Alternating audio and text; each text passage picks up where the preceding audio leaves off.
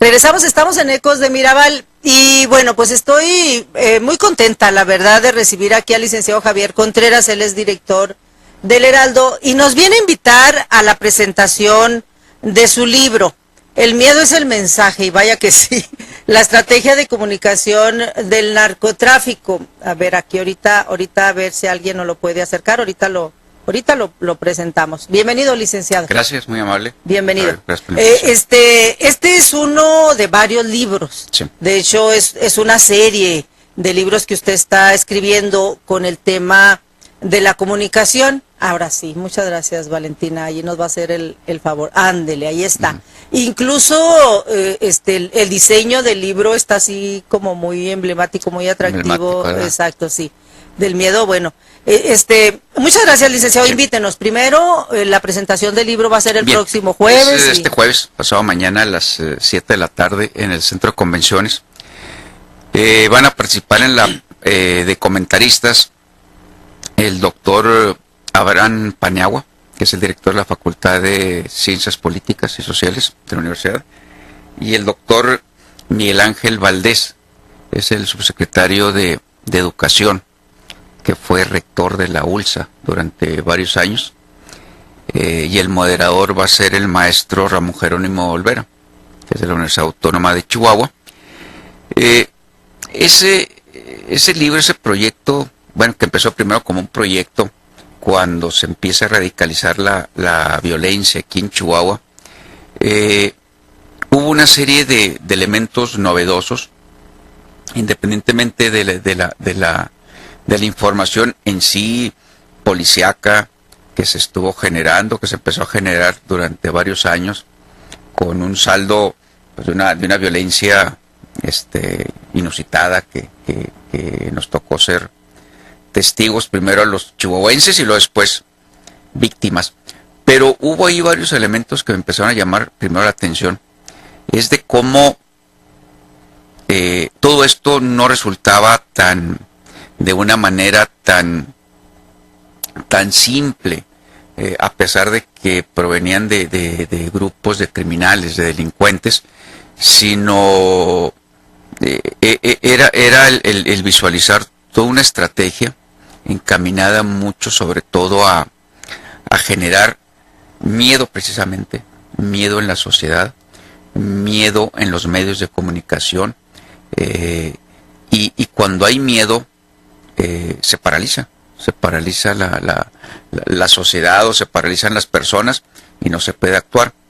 Pero además también no era tan deliberado, que empiezan a aparecer una serie de mensajes que después los identificamos como narcomantas o narcomensajes, sino eran verdaderos, ¿qué le diré?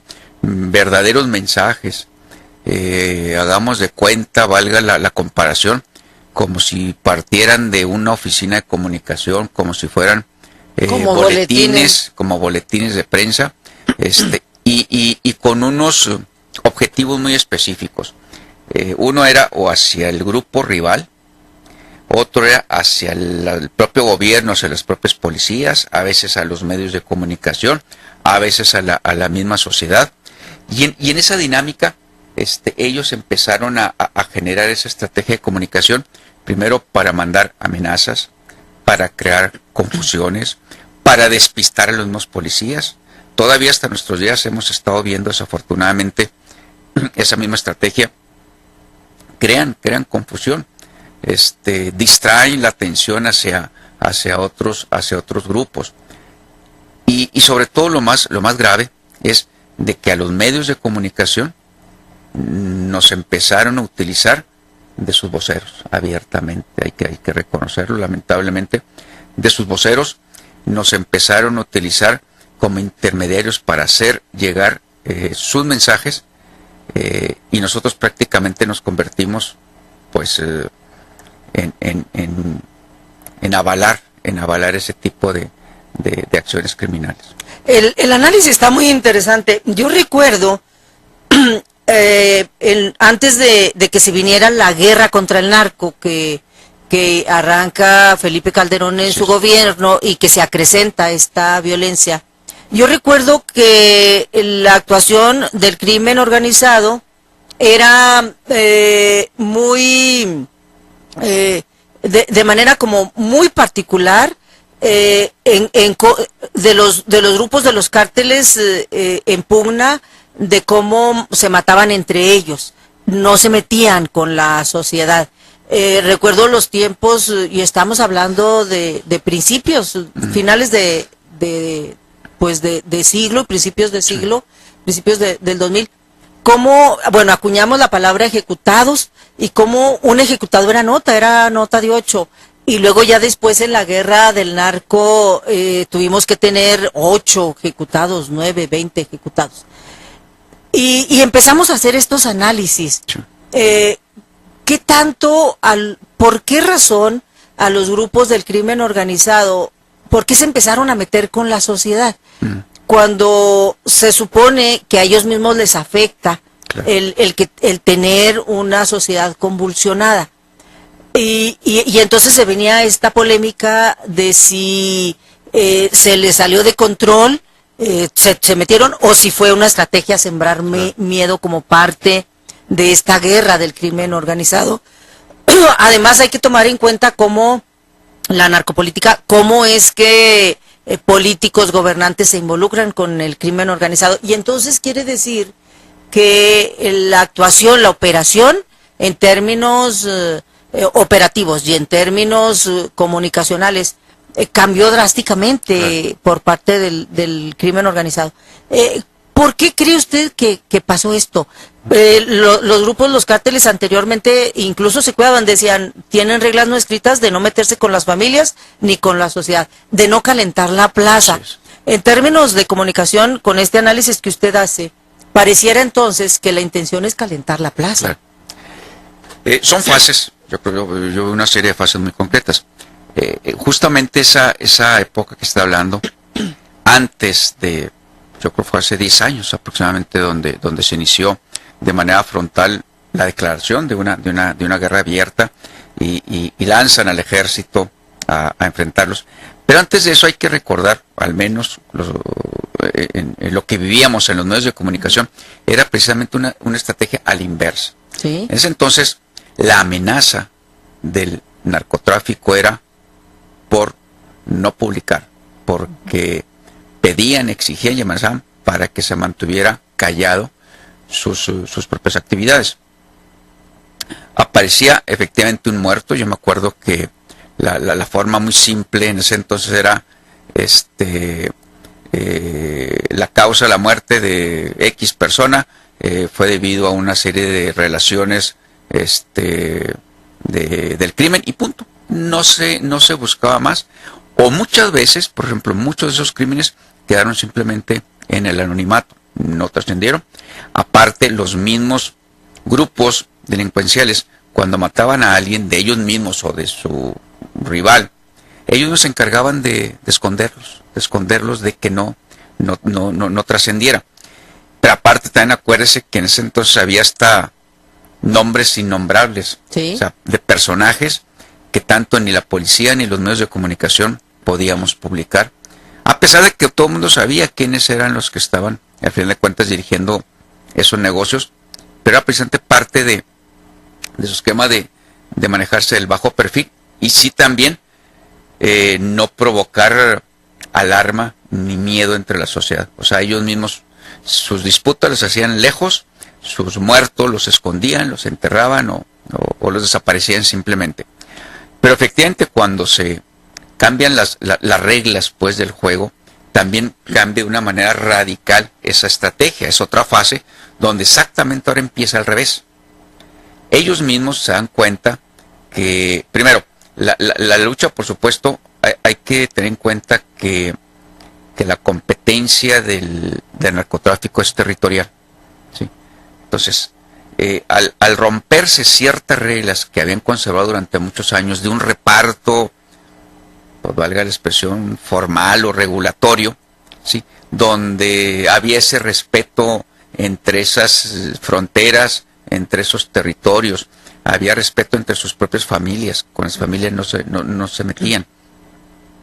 Al romperse ese esquema, ¿por qué? Porque también el propio gobierno cambia todas las reglas radicalmente del juego y salen abiertamente a confrontarlos, pues ellos también cambian y se radicaliza también esa lucha territorial. Y en esa lucha territorial es cuando empiezan a generar ya también una estrategia de comunicación como en cualquier guerra. Era la estrategia de una batalla para rescatar los territorios del grupo antagónico, pero paralelo también una estrategia de comunicación para entonces empezar a enviar mensajes hacia el propio grupo opositor y hacia la sociedad para justificar o avalar esa guerra frontal que tenía. Y entonces, después de que primero pedían que no se dijera nada de esos ejecutados, ahora es a la inversa. Ellos mismos empezaron a hablar a los propios medios de comunicación, a avisar que en tal lado, en tal vehículo o en tal lado había, y en sus términos, un encajuelado, un encobijado, ¿sí? Y desde ahí empezó también parte de su estrategia de dominarnos a través del lenguaje, con sus propios términos criminales, usar a los medios de comunicación precisamente para que fueran permeando en la sociedad. Y luego, o los mecanismos de comunicación que aparecen en las mantas, que son sus mensajes, pues ellos mismos, en cuanto aparecía, hablaban a los medios de comunicación para que fueran y tomaban fotos. Ellos estaban ahí cerca, ¿sí? Ya que sabían que iban fotógrafos, tomaban la foto. Entonces ya después, a los 5 minutos, llegaba misteriosamente la policía, recogía todo eso. Eso ya no les preocupaba, les interesaba nada más de que los medios hubieran dado fe y tuvieran la evidencia de ese mensaje, y lógicamente para que lo expusieran en sus medios de comunicación. Ahí fue el cambio. Y además la forma de matar, la forma de exhibir los cuerpos de los muertos, las confrontaciones en las ciudades para que se noten, para generar miedo. Es decir, esta estrategia, esta manera de operar en términos de comunicación es parte de cómo operaron de manera diferente, generando realmente temor.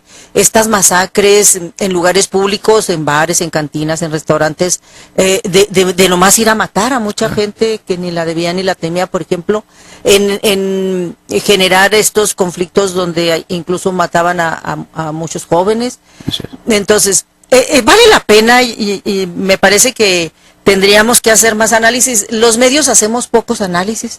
Así es. Poco análisis. Me parece que vale la pena. Yo le agradezco mucho que venga y lo quiero comprometer a que ya que presente su libro, correcto, pueda venir toda la hora con más tiempo y que podamos hacer más estos análisis. Me parece que quienes hacemos periodismo, además de dar la nota diaria, de cubrir la entrevista, a veces hacer reportaje, sí tendríamos como la obligación y la oportunidad de hacer un análisis más profundo de los fenómenos, porque tenemos primero mucha información, porque a la hora de que manejamos información diaria tenemos esta posibilidad de ir analizando las circunstancias, los cambios, etcétera, y podemos entonces contribuir con estos análisis a que la gente que nos escucha, que nos ve, que nos lee, pues pueda también analizar, pensar,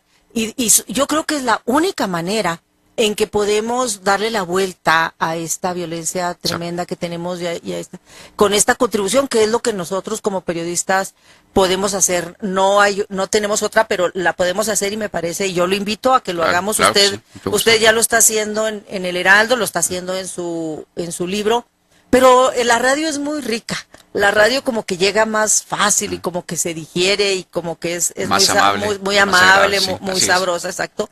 Entonces, reiteramos la invitación, va a ser la presentación del libro el jueves a las 7 de la tarde, a las 7 en el Centro de Convenciones. Es abierta como todas las presentaciones del libro. Usted va, escucha, van a estar muy buenas las contribuciones de los presentadores, se lleva el libro, lo lee, y cuando ya tengamos más análisis, pues además también que la gente participe con sus comentarios, ¿no? Okay, muchísimas gracias, y lo comprometo. Muchísimas gracias, licenciado. Vamos a un corte y regresamos. Ya está Margarita Lacayer, que viene del Instituto Municipal de las Mujeres, también siempre con, bueno, Margarita afortunadamente trae noticias a veces tristes porque hay mucha violencia también de las mujeres, pero luego trae noticias buenas también porque trabaja mucho el Instituto Municipal de las Mujeres. Vamos a un corte y regresamos.